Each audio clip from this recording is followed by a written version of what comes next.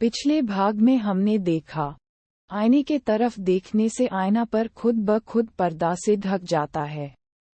अब मालती की बाल अपने आप खुलकर हवा में लहराने लगते हैं। उसकी बिंदिया की टिका का रंग मध्यम हो जाती है। मालती का चेहरा दो रूपों में बदल जाता है। चेहरे का आधा हिस्सा मालती का और दूसरा आधा हिस्सा सुनैना का हो जाता है। आदित्य ये सब देख अंदर से बहुत डर जाता है, लेकिन डरते डरते सुनैना के करीब आकर कहता है, अब आगे। मालती की बिंदिया अंतिम भाग। आदित्य डरते डरते मालती के करीब जाता है और उसके बदलते रूप को देखते हुए अपने गले से लगाकर कहता है, मैं जान चुका हूँ, तुम सुनैना हो।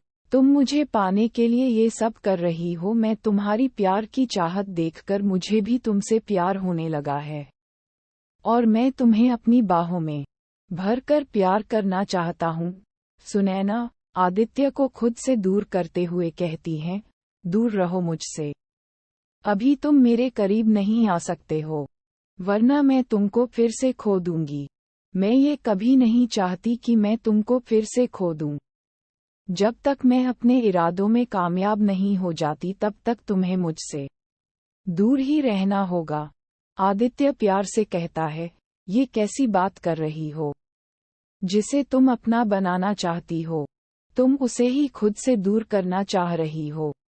जब तक मैं तुम्हारे करीब नहीं आऊंगा तब तक तुम मुझे अपना कैसे बना पाओगी? हाँ, बस कुछ दिनों के लिए तुम्हें मुझसे दूर रहना है, फिर उसके बाद मैं तुम्हें कभी भी नहीं बोलूंगी मुझसे दूर रहना।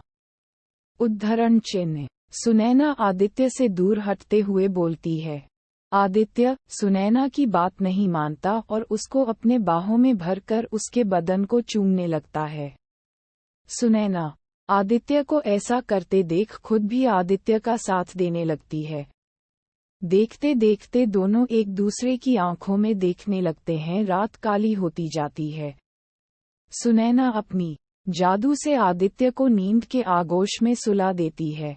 अगली सुबह होते ही मालती लाल साड़ी पहनी हुई सिंदूर सिंगार के साथ देवी की मूर्ति बनी सुंदर सा मुखड़े पर हंसी की फूल खिलाती हुई आदित्य को उठाती है। आदित्य मालती का खिला खिला चेहरा देखकर बहुत खुश हो जाता है। घर में शादी की तैयारी हो रही थी। सभी अपने अपने काम में व्यस्त थे। शाम होते ही आदित्य देखता है मालती के माथे की बिंदिया टिका मिटी हुई है। आदित्य जल्दी से अपने कमरे में जाता है और चुटकी भर सिंदूर लेकर मालती के पास आता है, पर उस वक्त मालती वहां नहीं रहती है। फिर आदित्य घर के सभी जगह में मालती को ढूंढने लगता है, लेकिन मालती घर में कहीं भी दिखाई नहीं देती है। मालती के न मिलने पर आदित्य परेशान हो जाता है और उदास होकर अपने कमरे में आ जाता है। कमरे में पहुंचते ही आदित्य देखता है मालती कमरे में नीचे जमीन पर बैठी, उसके बाल हवा में लहरा रहे थे एवं लाल पीले काले और सफेद चावल के अक्षत के साथ काली तांत्रिक शक्ति की पूजा करने में लगी थी। आदित्य मालती को तांत्रिक पूजा करते देख अंदर ही अंदर बहुत डर जाता है। फिर हिम्मत करके सिंदूर चुटकी भर लिए हुए सुनैना के तरफ बढ़ने लगता है। सुनैना जोर से हंसती हुई कहती है, मुझे पता है तुम क्या लगाने आए हो। खंडवा बाबा की दी हुई सिंदूर का टीका मुझे लगाने आए हो। आदित्य सुनैना की बात सुनकर हैरान और परेशान हो जाता है। सुनैना दोहरी रूप में आकर आदित्य के तरफ देखती हुई कहती है, तुम्हें इतना अधिक हैरान होने की जरूरत नहीं है। तुम चाहे तो ये सिंदूर का टीका लगा सकते हो, क्योंकि अब इस सिंदूर का कोई महत्व नहीं, क्योंकि ये वो सिंदूर नहीं है जिसे तुमने अपनी कबर्ड में रखा था। वो सिंदूर कबर्ड से निकालकर पूजा घर में रखी गई है और मैंने ही रखवाई है। मैं उस सिंदूर को नहीं छू सकती थी, लेकिन आरती से कहकर वो सिंदूर मैंने हटवा दिया। तुम्हें क्या लगा तुम मालती को इतनी आसानी से बचा लोगे और मैं तुम्हारे इरादे को कामयाब होने दूंगी? ऐसा कुछ नहीं होगा। तुम बस मेरे हो और मेरे ही रहोगे। बस 3 दिन का इंतजार और तुम हमेशा के लिए सिर्फ मेरे बन जाओगे। 3 दिन के बाद मैं मालती की शरीर में प्रवेश करके तुम्हें अपना बना लूंगी और मालती की आत्मा मेरी तरह भटकती रहेगी। आदित्य सुनैना की बात सुनकर बहुत दुखी हो जाता है, लेकिन अपनी अंतस्पीड़ा को छुपाकर मुस्कुराते हुए सुनैना से कहता है, सुनैना तुम मुझे गलत समझ रही हो। मैं ये सिंदूर का टीका तुम्हें ही लगाने आया था, ना कि मालती को, क्योंकि मैं तुम्हें चाहने लगा हूँ, इसलिए मैं तुम्हें अपना बनाना चाहता हूँ। और ठीक 3 दिन के बाद इसी लाल सिंदूर से तुम्हारी मांग भरकर हमेशा के लिए अपना बना लूंगा। अब चाहो तो तुम मुझ पर विश्वास करो या फिर ना करो, लेकिन मैं तो सिर्फ तुम्हें ही चाहता हूँ, इसलिए सिंदूर का टीका मुझे लगाने दो। सुनैना पास आकर कहती है, अच्छा अगर ये बात है तो तुम मुझे सिंदूर का टीका लगा दो। आदित्य अपने मन में देवी माँ की स्तुति करते हुए कहने लगता है, हे माता माँ भवानी, दुर्गे माँ महाकाली, महास्वरूपा सती शक्ति की भवानी, सब दुखियों के दुख हरने वाली अनेका रूपी माँ महारानी माता, आपके जितने भी रूप है उन सभी रूप को मेरा बारंबार प्रणाम है। माता मैं नहीं जानता इस सिंदूर में बाबा की दी हुई सिंदूर जैसे शक्ति की आशीर्वाद है या नहीं, लेकिन मैं चाहता हूँ आप सभी माता मिलकर इस सिंदूर में अपना आशीर्वाद और शक्ति भर दे और मैं अपनी मालती को बचाने में कामयाब हो जाऊं। आदित्य माता को प्रणाम करके सुनैना के माथे पर टीका लगा देता है। सुनैना हंसती हुई अपनी जीत की धुन में नाचने लगती है। आदित्य खुद में अंदर ही अंदर मालती के लिए रोता हुआ सुनैना के सामने हंसता रहता है। इस तरह पूरे 5 दिन बीत चुके थे। आज 6वां दिन है और भारती की शादी के मेहंदी की रस्म रहती है। घर पर सभी मेहमान आ चुके थे। आदित्य आज बहुत परेशान था। घर से बाहर अपने दोस्त पीयूष के साथ बैठकर सुनैना और मालती की सभी बातें उसको बता देता है। पीयूष सभी बातें जानकर बहुत हैरान और दुखी हो जाता है, फिर भी आदित्य को आशावादी करता हुआ कहता है, सब ठीक हो जाएगा, शाम होने वाली है, अब तुम घर जाओ और अपनी माता रानी पर विश्वास रखो। माता रानी तुम्हें कभी भी निराशा नहीं करेगी। हाँ, पीयूष सही कह रहे हो, मुझे अपनी माता रानी पर पूरा विश्वास है, लेकिन आज रात क्या होगा मुझे नहीं पता। आज की रात मैं अपनी मालती को हमेशा के लिए पा सकता हूँ या फिर हमेशा के लिए वो मुझसे दूर चली जाएगी। लेकिन एक बात कहता हूँ तुमसे, पीयूष, अगर मेरी मालती मुझे नहीं मिली तो मैं भी जिंदा नहीं रहना चाहता हूँ। मेरा ये शरीर, मेरी आत्मा सिर्फ मालती के लिए सांसें लेकर जिंदा है। मैं उसके बिना एक पल भी नहीं रह सकता। आदित्य कहते कहते रोने लगता है। पीयूष आदित्य को गले से लगाकर चुप कराता है। रो ले मेरे यार, जी भर के आज रो ले और रो कर अपना दिल हल्का कर ले। तू रो रहा है तो कहीं ना कहीं मालती भी तुझे रोता हुआ देखकर रो रही होगी। आदित्य अपनी आंसुओं को पोंछते हुए कहता है। पीयूष ठीक है, आज आखिरी दिन है, आज सुनैना की मौत या फिर मेरी और मालती हम दोनों की मौत होनी है। मैं अब चलता हूँ, अगर सही सलामत रहा तो फिर से भेंट होंगी। हाँ ठीक है आदित्य, तुम जाओ, पर ध्यान से। आदित्य सुन, तू अपने काम में जरूर कामयाब होगा, मुझे पूरा विश्वास है। तू भी विश्वास के साथ जा और उस सुनैना के काली आत्मा को हमेशा हमेशा के लिए सुला दे। आदित्य अपने घर पर आ जाता है। आदित्य घर पर आ जाने के बाद अपनी बहन भारती की मेहंदी की हो रही रस्म को देखने लगता है। सभी मेहमान बहुत ही खुश थे और मंगल गान के साथ नृत्य भी कर रहे थे। भारती अपनी भैया आदित्य को देख उन्हें भी नृत्य करने के लिए कहती है। आदित्य थोड़ी देर नृत्य करके अपनी बहन भारती के पास बैठकर भारती की हाथ में लगी मेहंदी को देखकर कहने लगता है, वाह भारती, तेरी हाथों में लगी मेहंदी बहुत ही सुंदर लग रही है। भारती मुस्कुराती हुई कहती है, हाँ भैया, भाभी ने मेहंदी लगाई है ना, इसलिए बहुत सुंदर लग रही है। अच्छा, मालती ने मेहंदी लगाई है पर वो कहीं दिख नहीं रही है। आदित्य इधर उधर देखते हुए बोलता है, भैया भाभी तो घर पर है नहीं, वो बाहर गई है। घर से बाहर, लेकिन क्यों? आदित्य भारती से पूछता है। भाभी कह रही थी उनको कुछ जरूरी सामान लेना है, इसलिए कह कर गई आते आते लेट हो जाएगी, तो मैं आपको बता दूं। अच्छा किया जो बता दिया। अच्छा ठीक है, तू यहाँ बैठ, मैं पापा से कल की तैयारी के बारे में पूछ लूं, कहीं कोई कमी तो नहीं है। आदित्य अपने पापा के पास जाकर अगले दिन भारती की शादी की तैयारी के बारे में पूछता है। पापा, सभी तैयारी हो चुकी है या कोई कमी हो तो मुझे बताएं। हाँ बेटा, सभी तैयारी अच्छे से हो गई है, बस मेरे कुछ पुराने मित्र हैं जिनकी नंबर डायरी में है, तो इन्हीं को कॉल करके निमंत्रण दे रहा हूँ।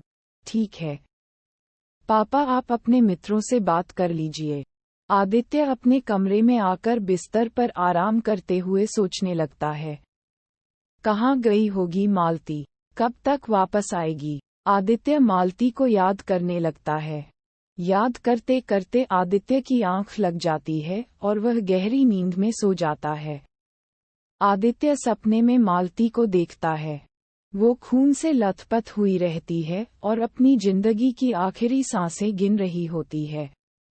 आदित्य सपना देखकर डर जाता है और पसीने से तरबतर हो जाता है और अचानक कमरे की लाइट ऑफ हो जाती है। अब इस लाइट को क्या हुआ? उद्धरण चिन्ह। आदित्य बोलता हुआ बिस्तर पर से उठकर लाइट स्विच बोर्ड के पास पहुंचता है। आदित्य जैसे ही बोर्ड के तरफ हाथ बढ़ाता है, करंट का झटका जोर से लगकर आदित्य नीचे जमीन पर गिर जाता है। आदित्य को काफी चोट लग जाती है।